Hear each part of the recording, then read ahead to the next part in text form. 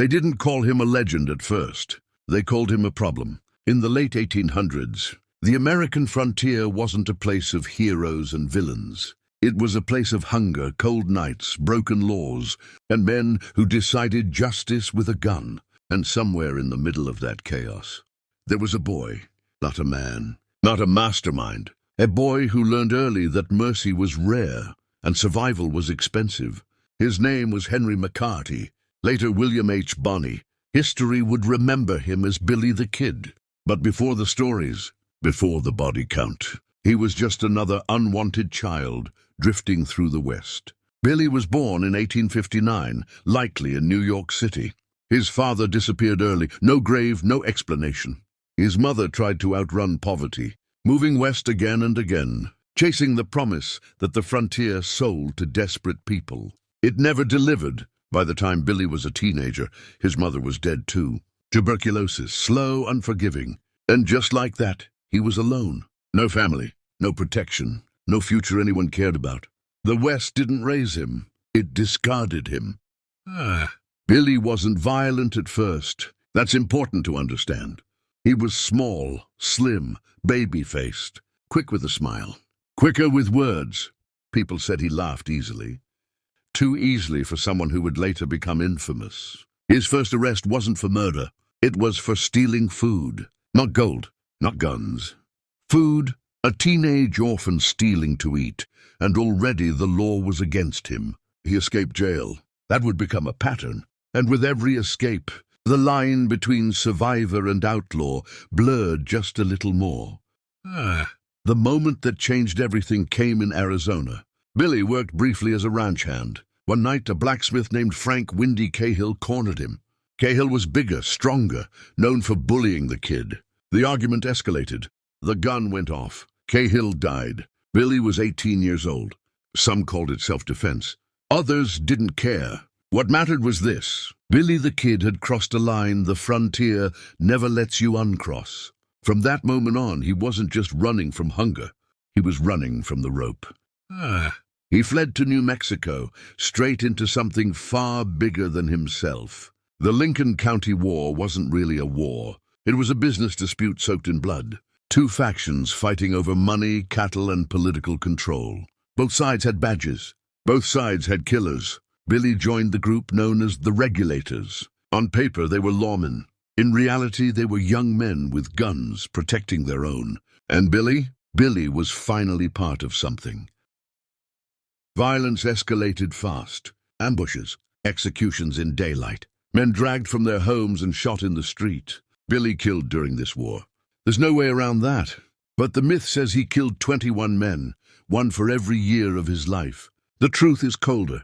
Historians can only confirm 4 to 9. Still brutal, still tragic. But far from the monster later stories needed him to be. The frontier didn't care about truth. It cared about fear. And Billy was becoming useful. When the war ended, the men who promised him protection disappeared. Amnesties were denied. Deals were broken. Billy was left holding the guilt and none of the power. Now officially branded an outlaw, he drifted again, hiding, stealing, laughing in saloons like a man who knew time was already borrowed. That's when Pat Garrett entered the story. They knew each other. Some say they were friends. Some say they were just familiar faces in a small, violent world. Garrett chose the badge. Billy became the bounty. And suddenly the hunt was personal. Garrett captured Billy in 1880. The trial was quick, the sentence inevitable. Death by hanging. Billy didn't beg, didn't cry. He smiled, because jails had never held him before, and this one wouldn't either. The jail in Lincoln wasn't meant to be escaped. Billy was chained, watched day and night. 2 deputies stood guard while Pat Garrett was away, confident the story was already over. They were wrong. On April 28, 1881, Billy asked to use the outhouse. Moments later, a gunshot shattered the quiet. Deputy James Bell lay dying on the stairs. Billy took his rifle.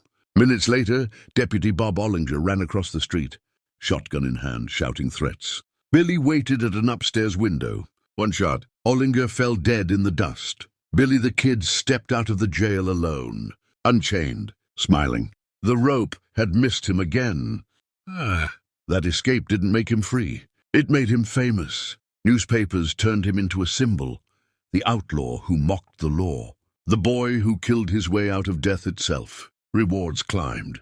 The hunt intensified. Billy knew the truth, though. There was no future in running forever.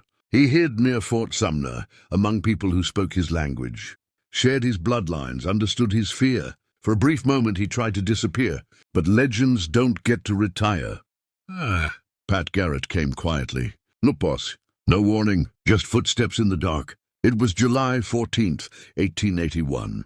Near midnight, Billy entered a small room in the home of Pete Maxwell, barefoot, holding a knife, unsure who was inside. In Spanish he asked, "¿Quién es?"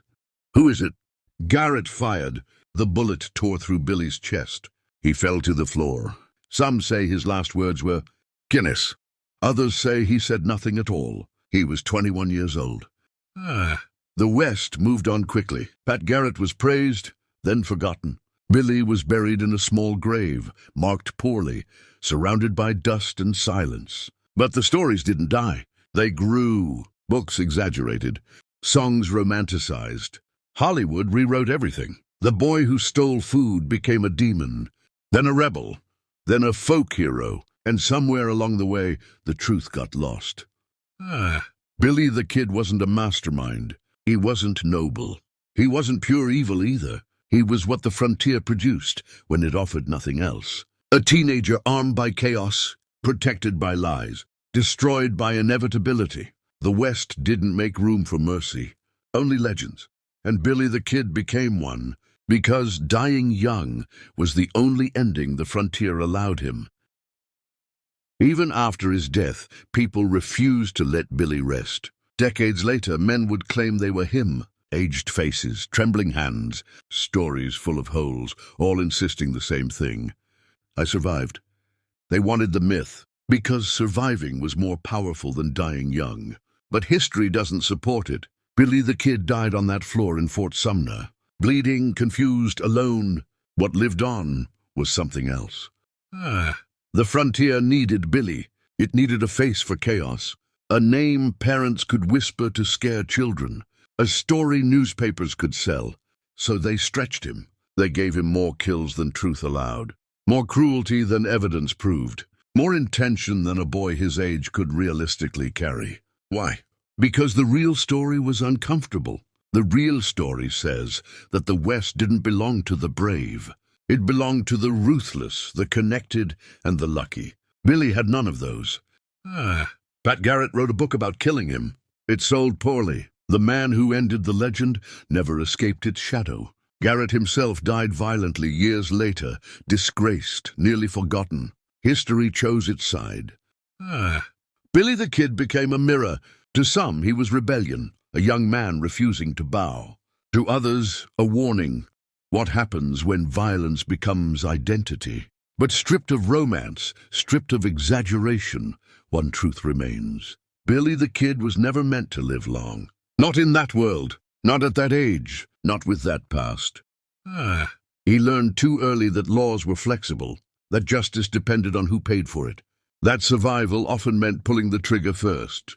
And once you learn that, you don't unlearn it. So when people ask who Billy the Kid really was, the honest answer is disappointing. He wasn't a hero. He wasn't a monster.